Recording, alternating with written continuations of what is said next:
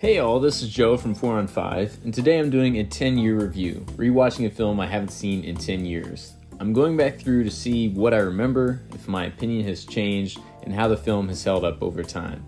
On the menu, or should I say chopping block, is the 1971 Bond film Diamonds Are Forever, Sean Connery's last official portrayal of the British secret agent James Bond 007, which just might be one of the worst films in the franchise. I mean, you know we're off to a bad start when I can honestly tell you I saw this movie last night and I have no idea who the blonde is on the poster. Diamonds Are Forever is campy and contrived with a plot that makes a mess of a decent novel and has me rooting for all the characters to be tossed out the window into the pool of the White House, which is a casino that features heavily in the film. Almost immediately, this movie annoys me. The opening title sequence is just so strange. Typically, the opening sequence is where Bond tests his mettle. It sets up the tone of the film while showcasing the Bond actor in action and on the job. But bad dubbing and a hodgepodge of scenes where Connery is throttling random goons make for a stunted foray into the broader story and his singular effort to find Blofeld. We don't stick with anyone long enough to care who they are or what they know. And there's no payoff. Bond's scattered efforts culminate with his drowning someone in a tub of muck, which I guess is supposed to be 1971's view of plastic surgery. It's an off-putting scene for a Bond film. I mean, that's a lot of muck. And after this ordeal, the producers want us to be excited to hear the brassy title song and see vague outlines of the semi-nude?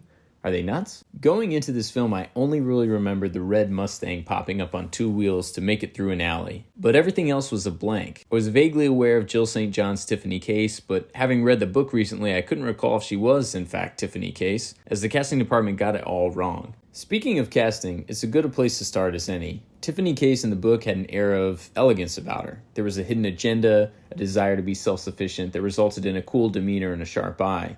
Taking liberties with book characters is the bread and butter of Hollywood casting, but turning Tiffany into this fully camp figure by the end of the film felt particularly strange. That elegance and mystique was missing. Similarly strange are Wint and Kidd, Mr. Wint and Mr. Kidd. Everything about them is an affront to well-written characters everywhere. I mean, these guys are assassins. These guys. I would describe them more as behaving like a babbling, bumbling band of baboons.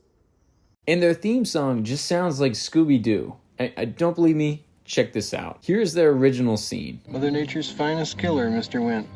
One is never too old to learn from a master, Mr. Kidd.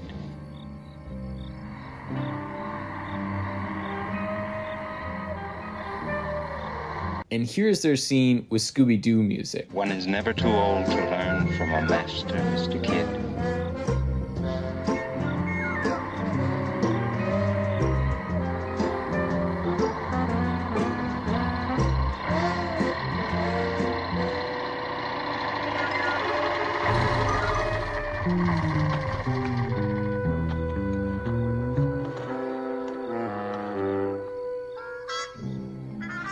On second thought, the Scooby music makes them better, and the film's score as a whole feels overly whimsical and Saturday morning cartoonish, and most of the time, though, we sit in silence. There's no tension, in part because there are long swaths where nothing happens. For instance, we are treated to this enticing scene of Bond, quite plainly, riding an elevator.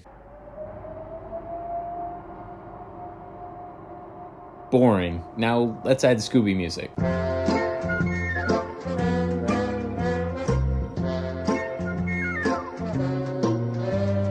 See, much better. Elsewhere we have Bambi and Thumper, the two acrobat toughs Bond encounters in the mansion out in the desert, who are just plain bizarre. Are they acrobats? Are they killers? Common sense tells me they can't be both. You gotta pick one, or else it's too ridiculous. Meanwhile, who's this Jimmy Durante wannabe? What is his function? He dies, we don't even blink. Bond steps over him to hit the casino. Charles Gray is still good as Blofeld, and I give him credit as he continually surprises me in this film. At the beginning when Bond kills him, I thought, alright, bit of an anticlimax. But then he's back, and there's two of him, and there's two white cats, and then one of them dies, and the second cat is never seen again. And then there's one Blofeld and one cat, but they're the real one. And then Blofeld wears drag, which, honestly, big yes from me. He looks like Gene Hackman in the Birdcage. I have no qualms with this scene. Blofeld serves as a good segue into the plot itself, or that which resembles a plot. Now, hang with me here. I'm going to try and take a stab at this. Diamonds are being smuggled out of South Africa. This is a nuisance to the British, and I know this because M's facial expression is very negative. Anyway, diamonds are smuggled out of South Africa. They're taken to Amsterdam, where they're taken to Los Angeles, where they're taken to a Nevada funeral parlor, where they're taken to a casino, where they're taken to an aerospace lab in the Nevada desert, where they are strapped to a space laser, where they are used to blow up missiles using clip art effects, where they are controlled from an oil rig, which is a conveniently placed red balloon and a sunbathing woman. And Bond must stop this farce by checking radiation badges, driving a buggy in the desert, conversing with a mouse while stuck in a pipe, and riding elevators. Did I get that right? As an aside, my girlfriend walked in during the buggy scene and laughed out loud, to which I shrugged sheepishly. As with most things in this film, the buggy scene could be vastly improved with Scooby-Doo music.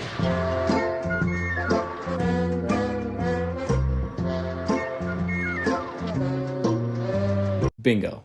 Amazing. This is also a bad Bond film for style. I might go so as far as to say this is the worst Bond film for that sartorial soul in all of us. To best summarize my thoughts on the, I guess I'll say, plucky wardrobe, I've remixed a Pixar short. Please enjoy.